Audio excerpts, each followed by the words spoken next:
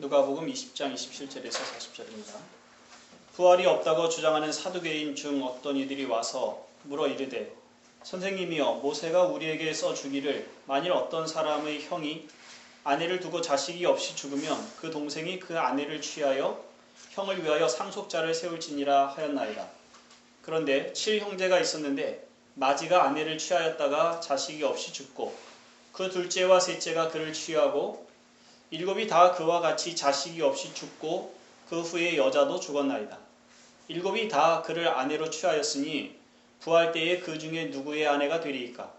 예수께서 이르시되 이 세상의 자녀들은 장가도 가고 시집도 가고 저 세상과 및 죽은 자 가운데서 부활함을 얻기에 합당히 여김을 받은 자들은 장가가고 시집가는 일이 없으며 그들은 다시 죽을 수도 없나니 이는 천사와 동등이요 부활의 자녀로서 하나님의 자녀임이라.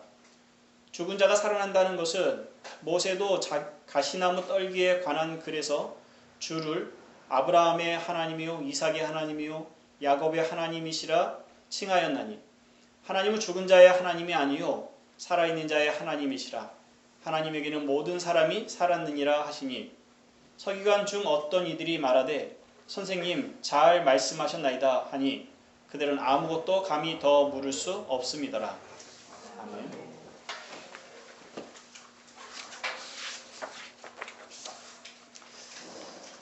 오늘 본문은 예수님께서 사두개인들과 논쟁하는 내용인데요.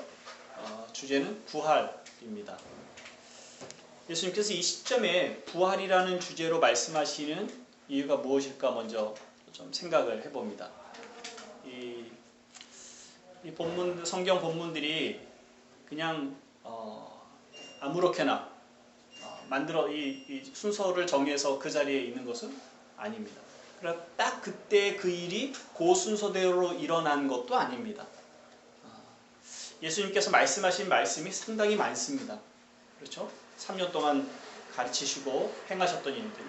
그 중에서 어떤 것들을 취해서 기록에 남겼는데 그 남기는 순서에 있어서도 꼭 그 당시에 있었던 순서대로 하기도 하지만 때로는 이 복음서를 묶는 사람이 그 당시에 필요에 의해서 이걸 순서를 바꿔놓기도 합니다.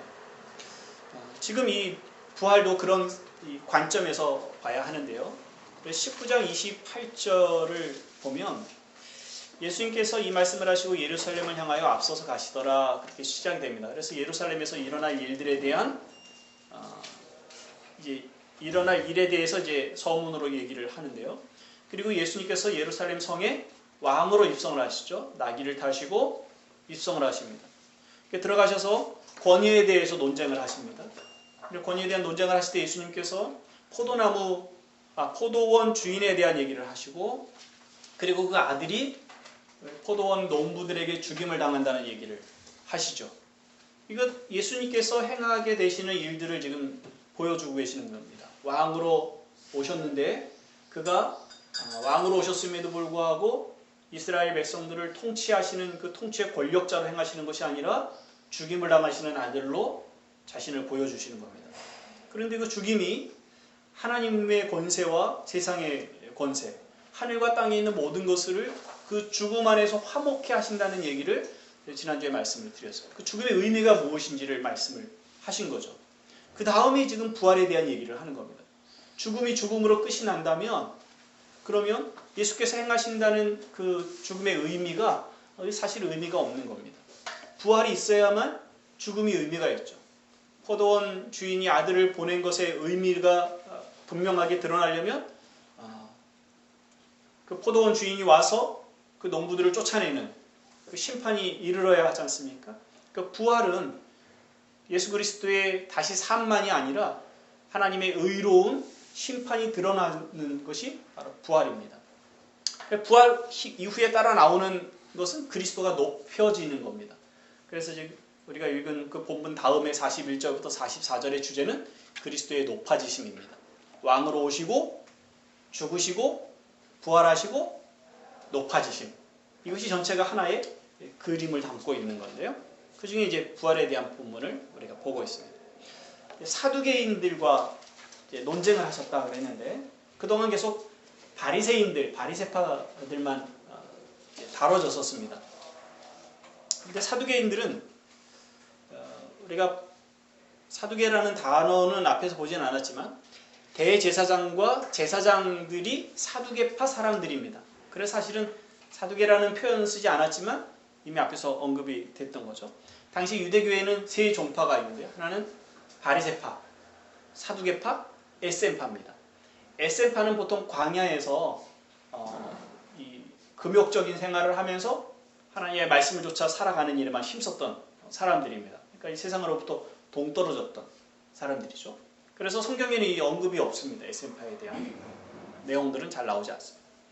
그리고 많이 나오는 게 이제 바리새파와 사두개파가 나오는데, 조금 전에 말씀드렸던 것처럼 사두개파는 대제사장과 또 제사장 무리들이 사두개파에 속합니다. 제사장이 될 수 있는 것은 레위이죠. 레위인들.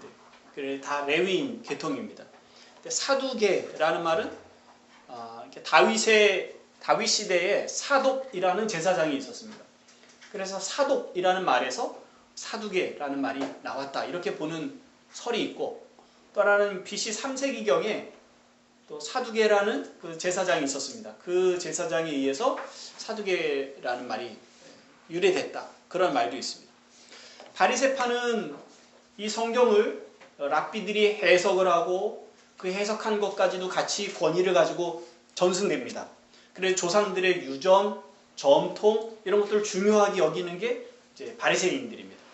그런데 사두개인들은 그런 해석들을 용납하지 않습니다. 성경이 문자적으로 그렇게 말하고 있으면 그걸 받아들이고 그 외의 것들은 받아들이려고 하지 않습니다. 그래서 무슨 얘기를 하면 그것이 성경에 문자적으로 있어 없어? 이걸 따지는 거죠. 성경을 굉장히 중요하게 여깁니다만은 문자적으로 그렇습니다. 그리고 이들이 대제사장과 제사장 그룹이다 보니까 성전 중심의 의식을 또 굉장히 중요하게 여기는 사람들이었습니다. 독특하게 다른 건 이 바리새파들은 영적인 것, 부활, 천사 이런 것들에 대한 신앙이 있었습니다. 그런데 사두개파들은 그것이 성경에 있느냐 따집니다. 특별히 모세오경, 창세기, 출애굽기, 레위기, 민수기, 신명기에 그 얘기가 있느냐 없느냐를 따져서 인정을 하거나 인정하지 않습니다. 사실 야곱이 천사와 씨름했다 그래서 천사를 인정해야 되는 것이 맞는데, 그럼에도 불구하고 사두개파들은 천사도 인정하지 않습니다. 부활도 인정하지 않습니다.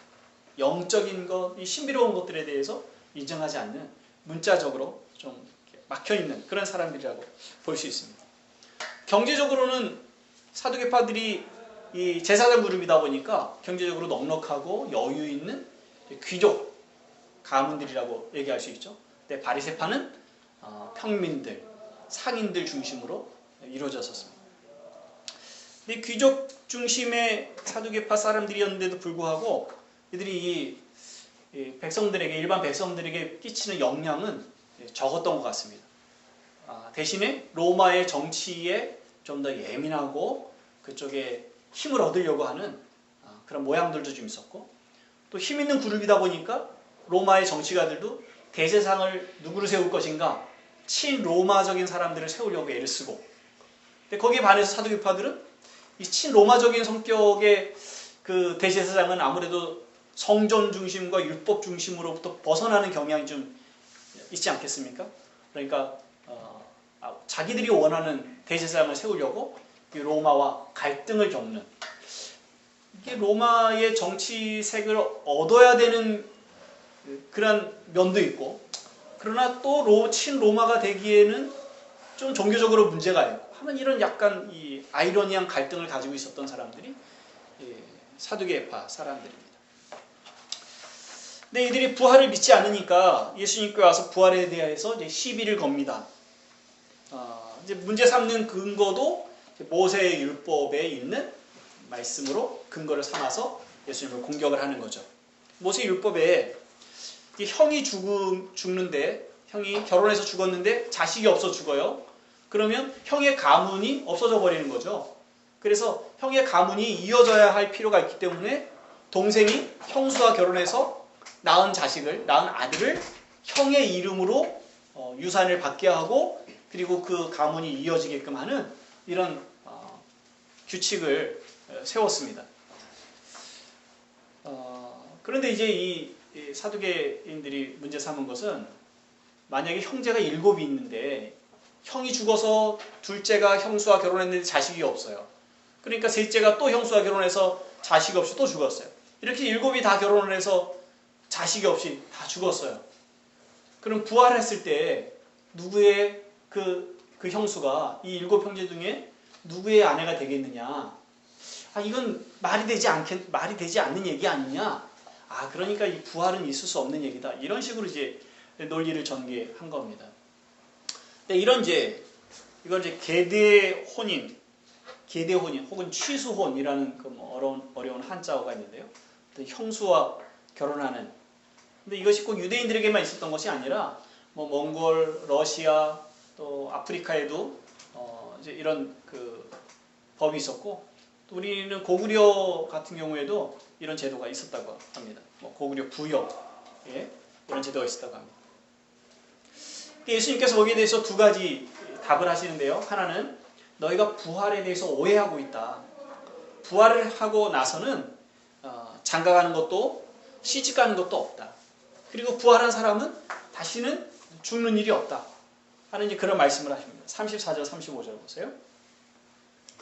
예수께서 이르시되 이 세상의 자녀들은 장가도 가고 시집도 가고 저 세상과 및 죽은 자 가운데서 부활함을 얻기에 합당히 여김을 받은 자들은 장가가고 시집가는 일이 없으며 그들은 다시 죽을 수도 없나니 이는 천사와 동등이요 부활의 자녀로서 하나님의 자녀임이라. 부활한 후에는 결혼하지 않으니까 이 누구의 아내가 되는지에 대해서 사실은 고민할 필요가 없는 거죠. 결혼은 부부를 하나로 묶어주는 방법입니다.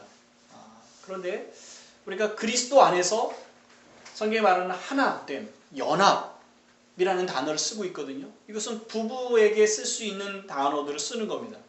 사실 그리스도 안에서 형제 자매는 부부와 같이 친밀한 사랑을 나눌 수 있는 하나됨을 누리는 사람들입니다. 그런데 우리는 여기서는 그만한 사랑을 나누기가 어렵죠. 우리 안에 갈등이 있고 각계 다 이렇게 미성숙함이 있고 또 우리가 그렇게 살아가는 것이 세상의 문화에도 또 이렇게 걸려지는 그런 문제들이 있습니다.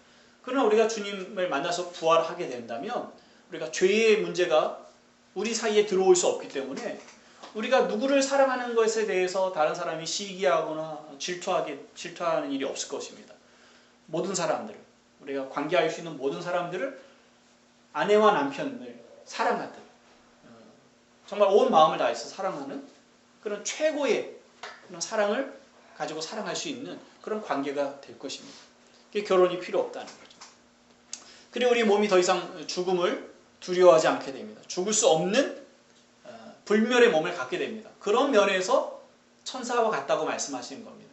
천사와 부활한 그리스도인들, 부활한 하나님의 백성들은 격이 다르죠. 천사들은 하나님이 하나님의 백성들을 섬기도록 준비하시는 사람들입니다. 섬기는 종들의 역할을 하게 될 것입니다.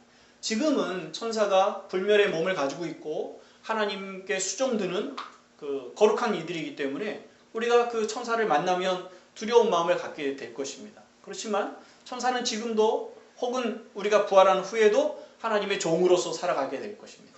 근데 우리는 지금 우리가 하나님의 종이라는 표현들을 쓰지만 하나님의 자녀입니다. 하나님 나라를 상속받을 후속들입니다. 그런 면에서 천사와 우리는 다르죠.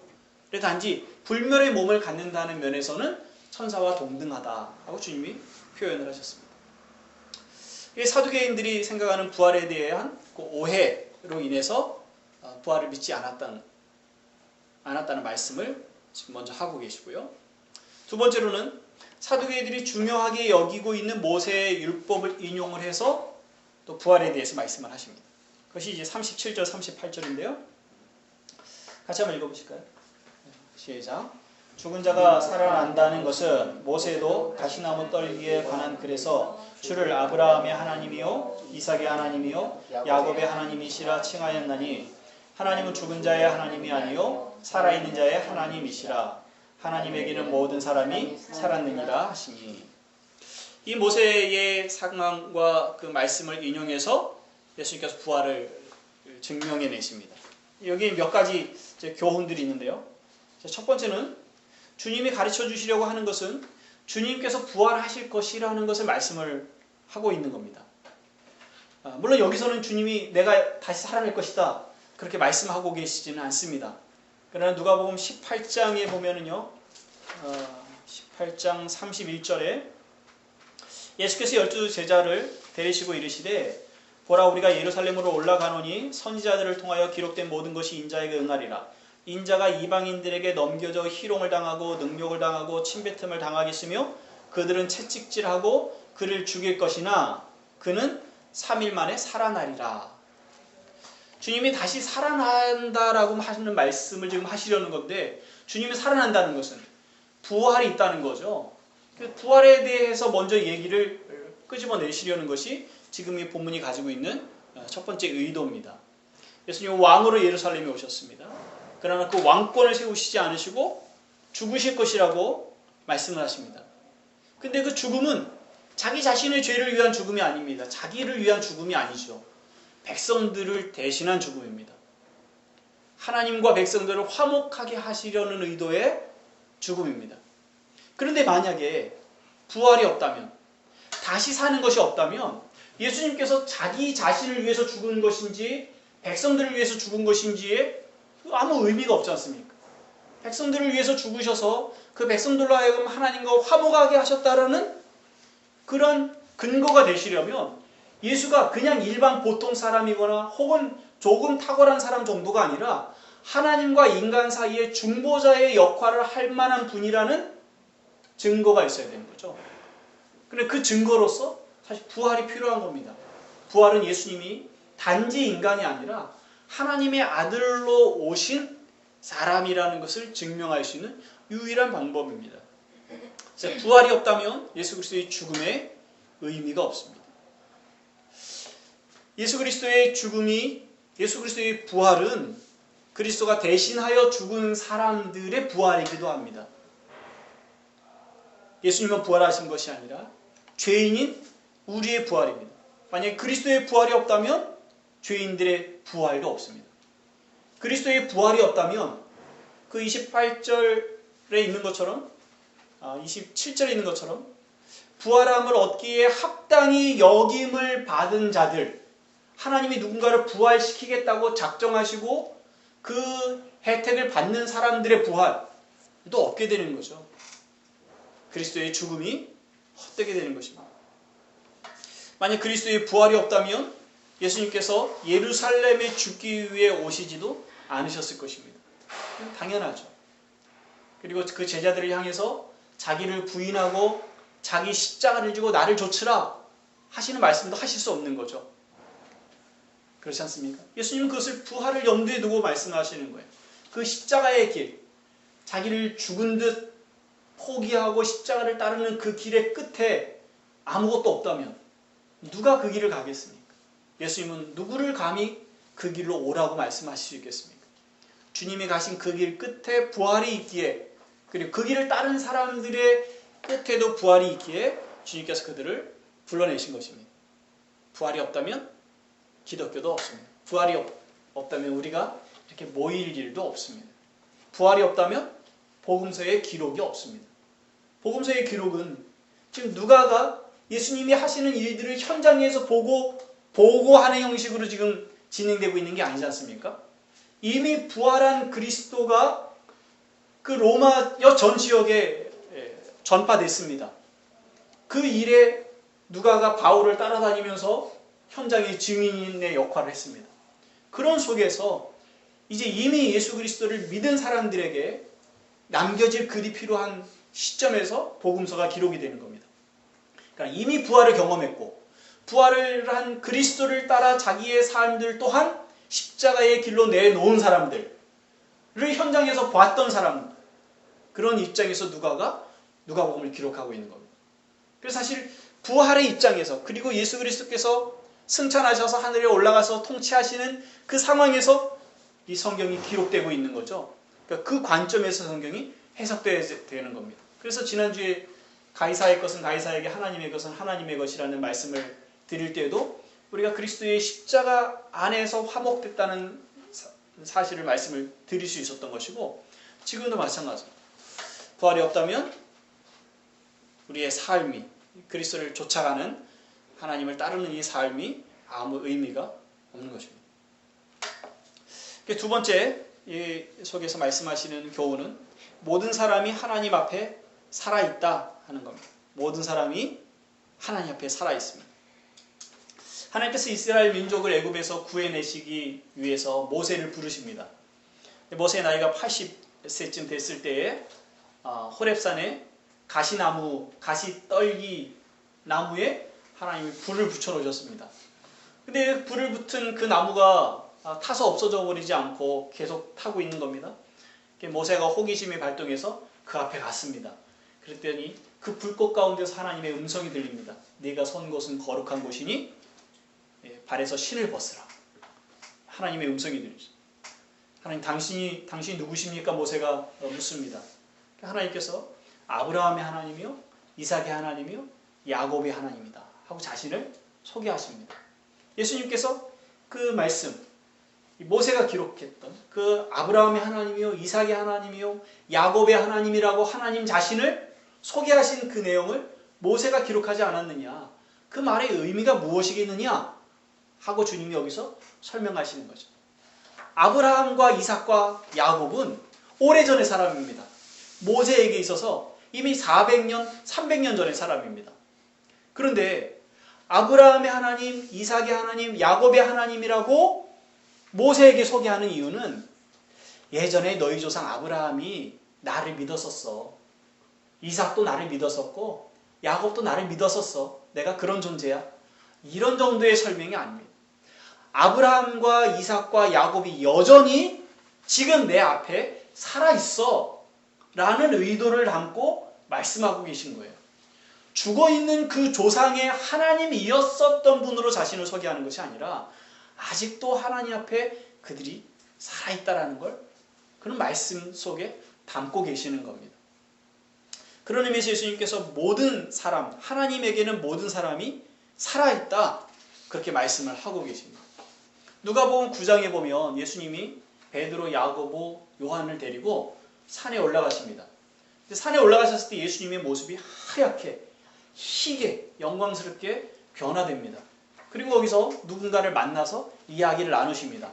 누구를 만나시냐면 모세를 만나시고 엘리야를 만나셨습니다.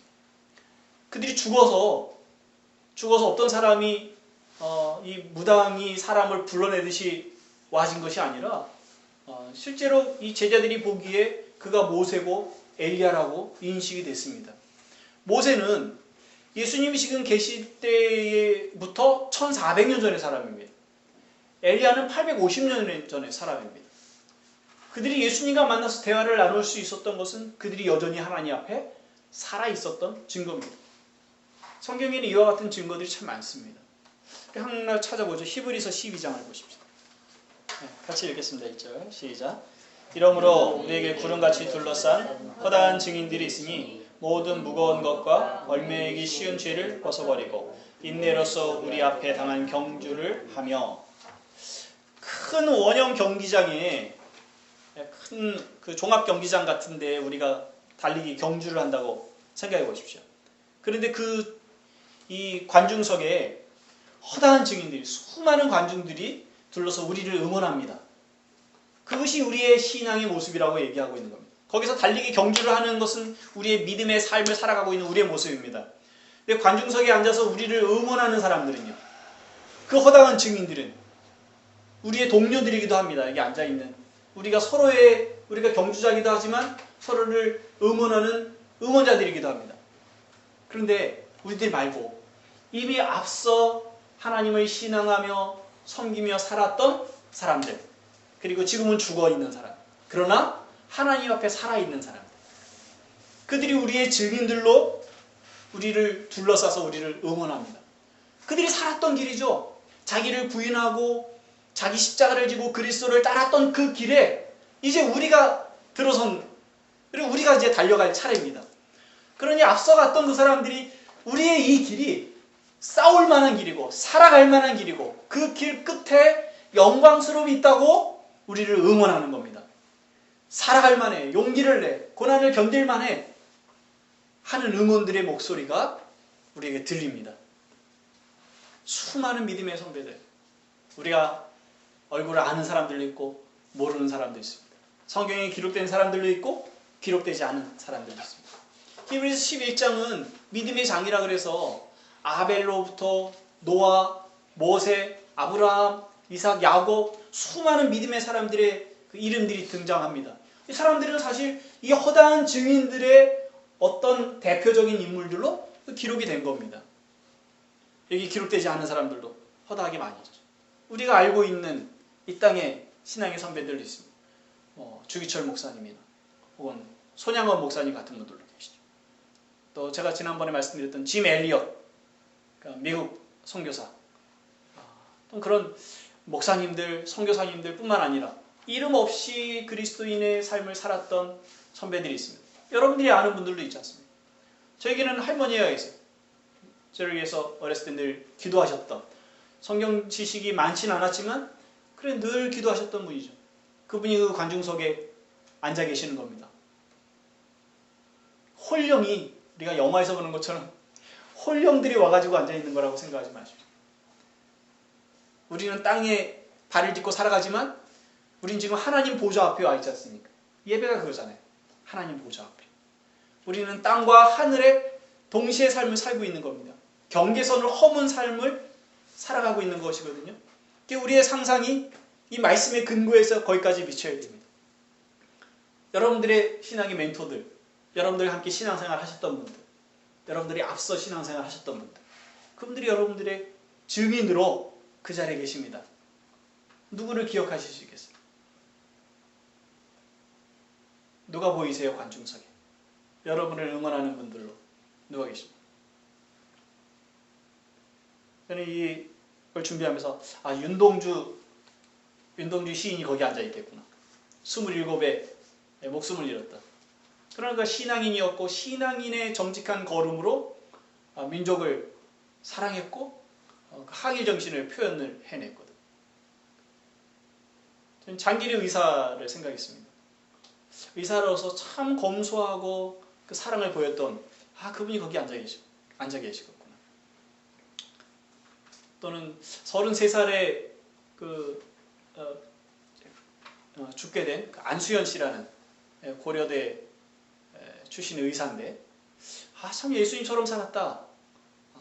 글을 읽고서 그의 글을 읽고 정말 참 많이 공감을, 은혜를 많이 받았다. 도전을 많이 받았다. 그래서 내가 천국에 가면 한번 만나버리라. 그런 생각을 가졌던 그분이 거기 앉아 계십니다. 여러분들도 그런 이름들을 기억하실 거라고 생각됩니다. 모든 사람이 하나님 앞에 살아있습니다. 특별히 믿음의 사람들은 그 앞에 살아있어서 우리를 응원하며 우리가 마땅히 그 길을 가는 것에 용기를 줄 것입니다. 찬송가 240장에 그런 가사가 있습니다. 240장 3절인데요.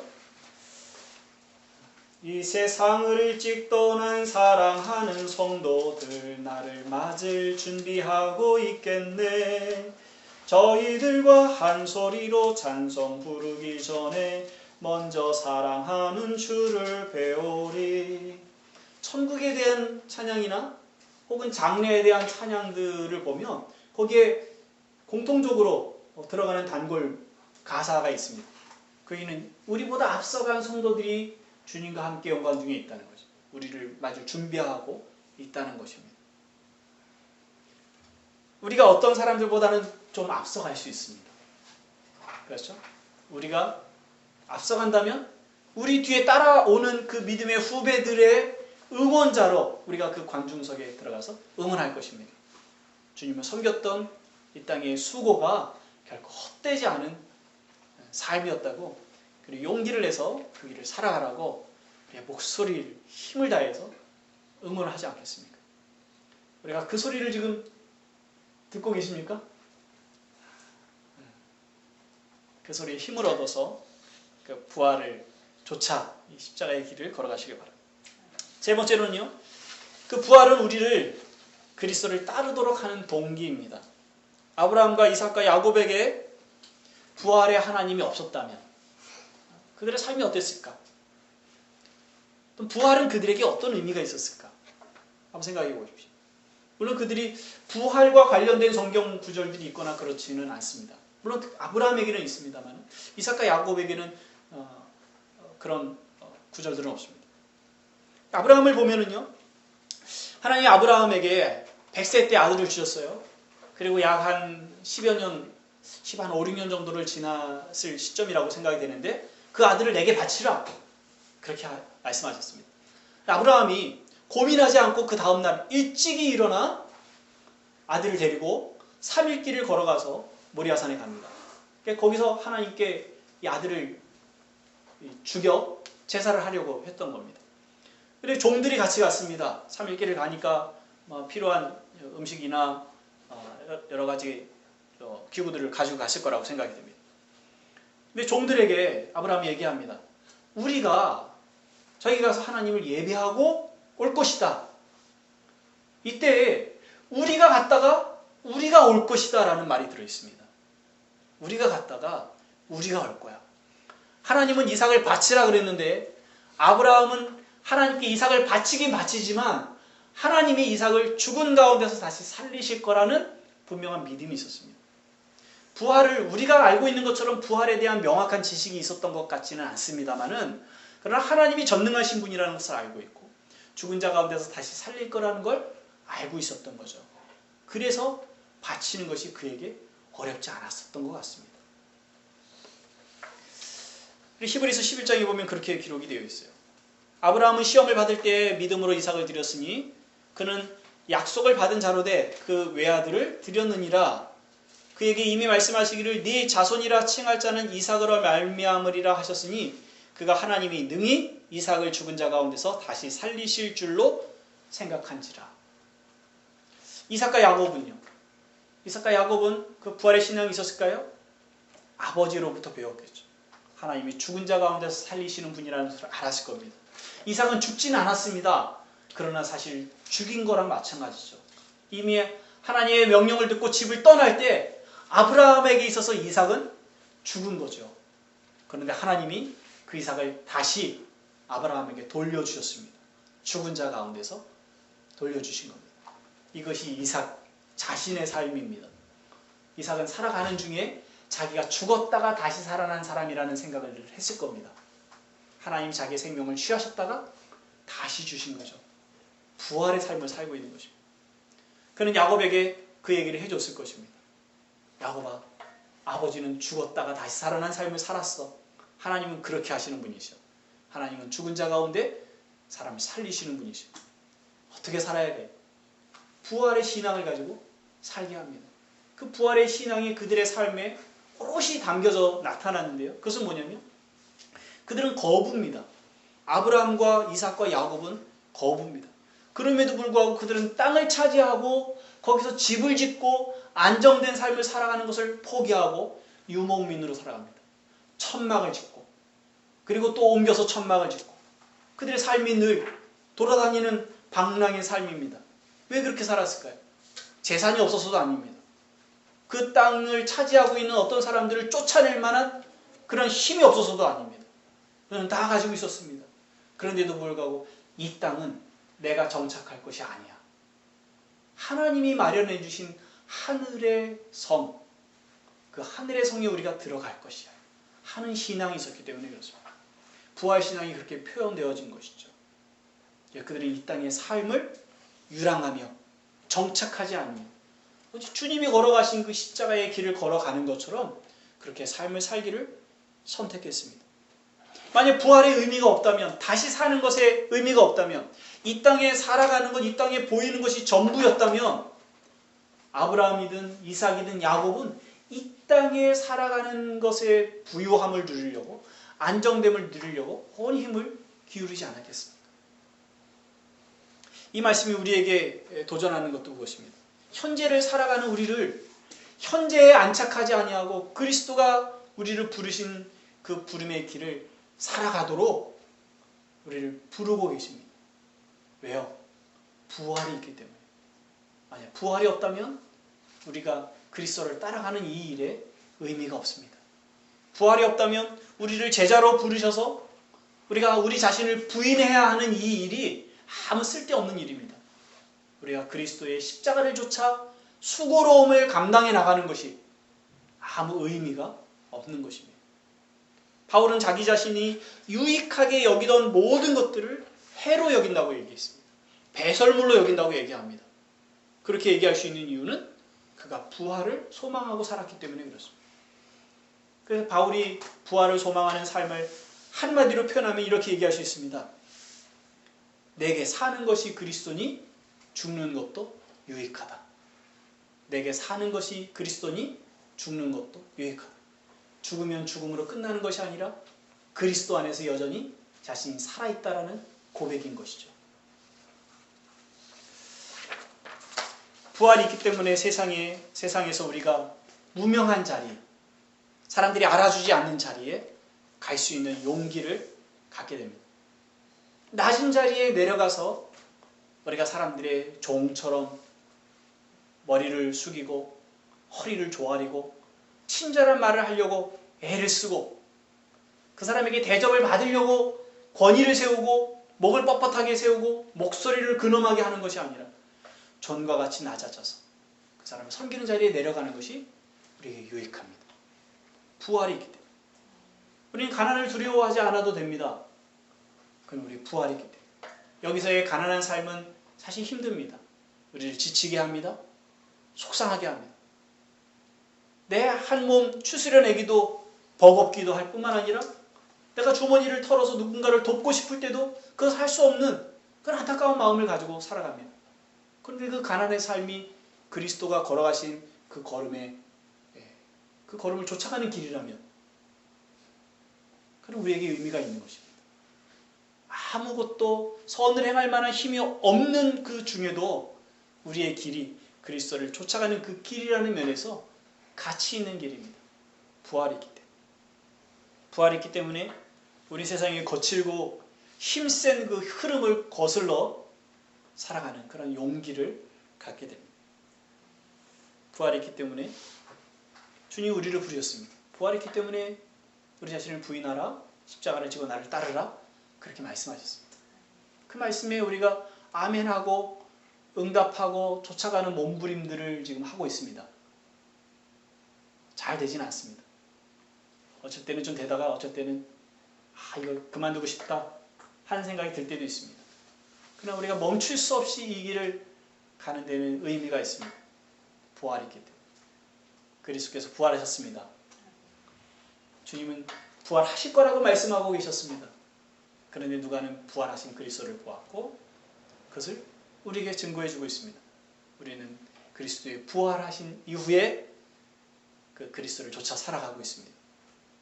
우리 앞서 살았던 모든 신앙의 선배들이 우리의 증인으로 우리를 지켜보고 있습니다. 이제 우리 차례입니다. 우리가 이 경주를 힘을 다해서 해내고 그래서 우리가 죽은 후에 또 그 증인의 자리에 서서 우리 다음 세대를 응원하고 또 지지해야 하지 않겠습니까? 우리가 어떻게 살아야 훨씬 더 응원하고 지지하고 밀어주기에 담대하겠습니까? 우리 모든 사람은 하나님의 은혜를 입어 그 긍휼을 입어서 하나님의 은혜와 긍휼을 자랑하는 자리에 서게 될 것입니다. 그러나 우리가 이 땅에서의 수고와 애씀이 더 우리를 담대케 할 거라는 것은 당연한 일이죠. 여러분들이 살아가는 지금의 걸음들 더 힘있게 용기 있게 살아내시기를 주의 이름으로 축원합니다. 함께 기도하겠습니다. 하나님 아버지, 우리의 눈을 하늘의 것으로 향하게 하여 주셔서 고맙습니다.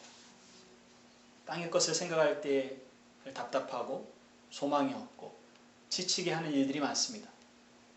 그러나 하늘을 볼 때에 앞서갔던 신앙의 선배들과 그리스도께서 우리를 응원하고 계시며 우리를 위해 기도하고 계시며 우리가 걷는 이 십자가의 길이 마땅히 우리가 걸어가야 할 길이며 세상에 가장 가치 있는 고상한 길임을 말씀하여 주시니 고맙습니다. 우리 늘 지칩니다. 특별히 우리 안에 있는 죄악으로 지치고 각오하고 열심을 내보려 하나 잘 되지 않아서 지치고 세상의 큰 흐름에 때로 떠밀려가고 그 세상을 변화시킬 수 없는 그 한계에 부딪힐 때마다 또 지칩니다.